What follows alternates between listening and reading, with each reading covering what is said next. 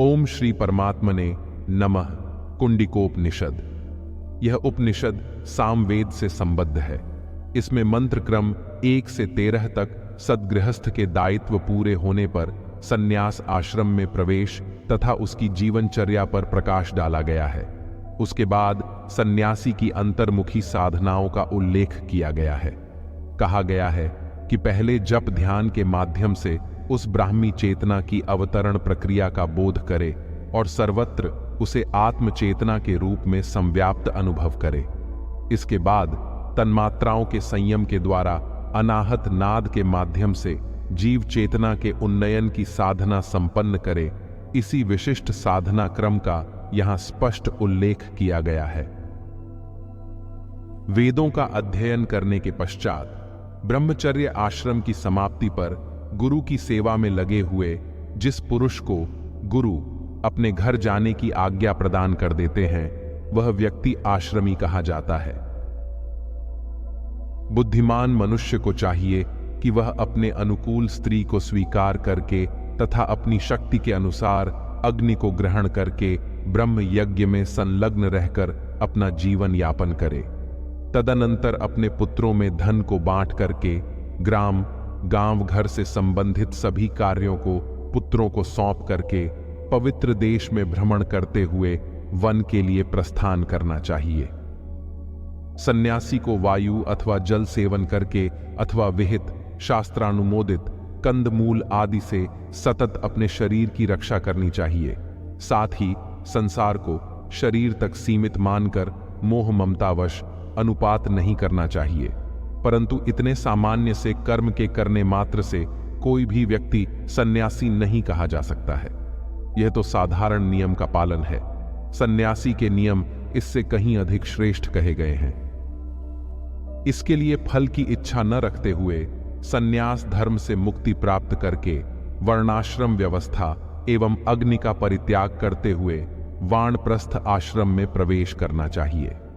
साधारण लोगों की तरह स्त्री एवं सांसारिक सुखों का परित्याग कर वन में गमन करके अनुष्ठान आदि करने से क्या लाभ है?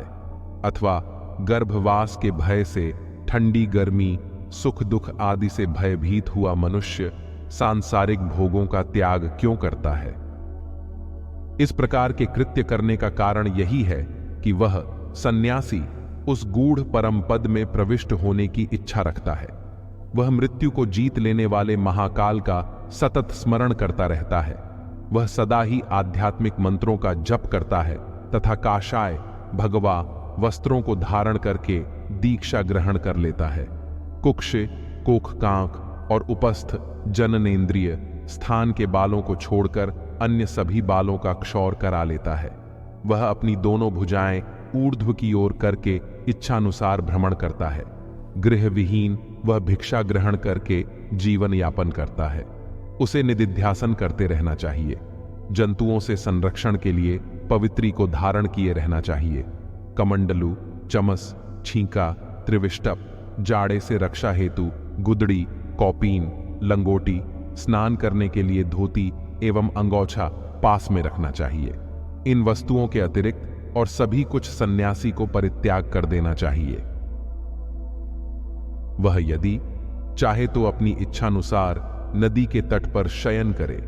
बिना कोई विशेष कारण के शरीर को सुख दुखादि द्वारा कष्ट नहीं देना चाहिए। शौचादि के लिए शुद्ध जल का सेवन करना चाहिए। वह न तो स्तुति प्रशंसा आदि से प्रसन्न हो और न ही निंदा अपमान होने पर किसी को शाप आदि ही दे। भिक्षा के लिए पात्र तथा स्नान आदि के लिए जल जिस किसी भी तरह से मिले उसे प्राप्त करना चाहिए। इस प्रकार से अनुपम श्रेष्ठ आचरण को स्वीकार करके यति को सदा ही जप करते रहना चाहिए।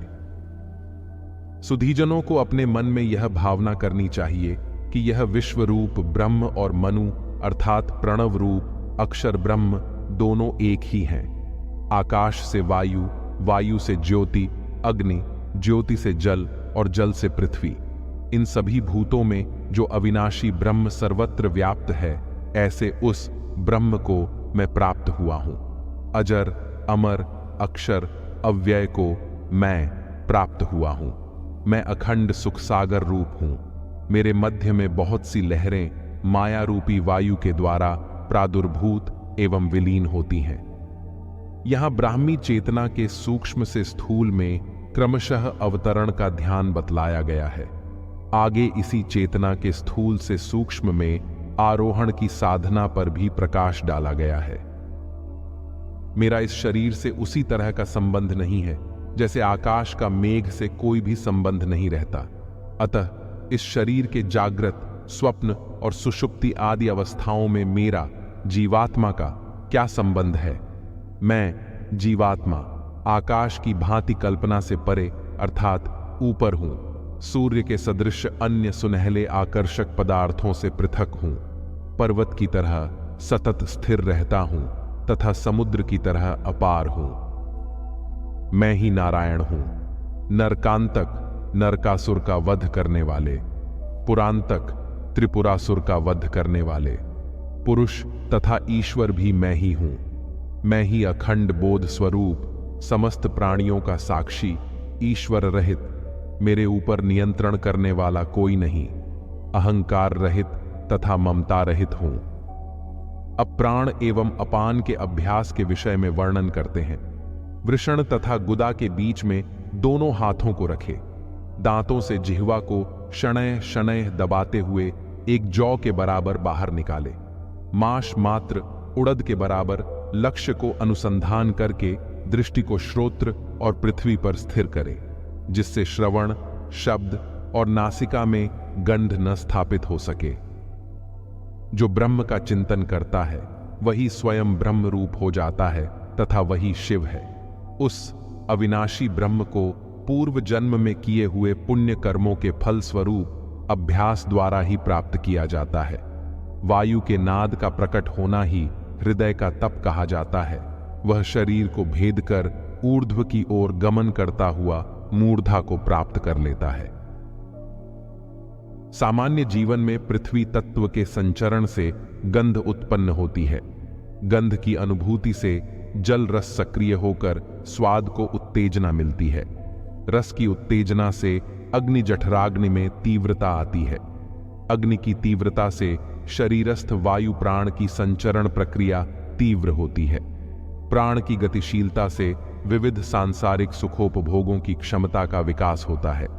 योगस्थ स्थिति में तन्मात्राओं को रुद्ध करके बाह्य सुखानुभूति परक उनकी सक्रियता को घटाकर अंतः आनंद की ओर उन्हें उन्मुख किया जाता है।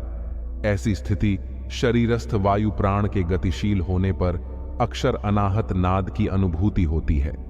यह नाद मूर्धास्थित सहस्त्रार एवं ब्रह्मरंध्र को सक्रिय करके परम गति का मार्ग खोलने में समर्थ होता है। अपने इस शरीर में मूर्धा को प्राप्त कर लेना ही परम गति कहा गया है। जो मनुष्य इस गति को प्राप्त कर लेते हैं वे ब्रह्मज्ञानी जन आवागमन के चक्र से मुक्त हो जाते हैं।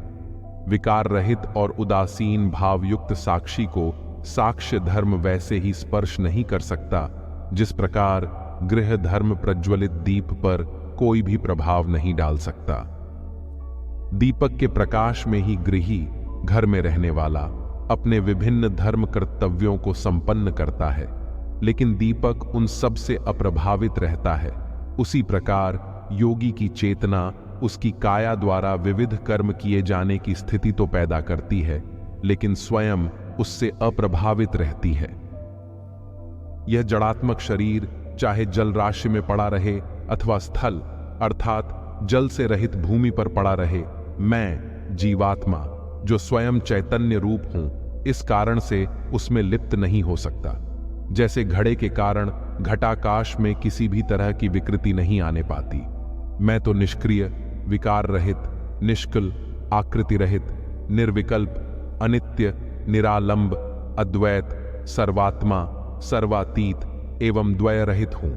मैं केवल अखंड बोध स्वरूप हूं तथा निरंतर स्वयं आनंदमय हूं। मैं स्वयं को ही सतत देखता हूं, स्वयं को ही अद्वैत रूप में मानता हुआ, स्वयं के आनंद का उपभोग करता हुआ, मैं स्वयं ही निर्विकल्प रूप हूं। सतत चला हुआ, रुका हुआ, बैठा हुआ, सोता हुआ या कुछ भी करता हुआ, वह विद्वान मुनि रूप आत्मा अपने में ही संतुष्ट हुआ अपनी इच्छानुसार जीवनयापन करे। ऐसी ही यह उपनिषद है। ओम शांति विश्वम।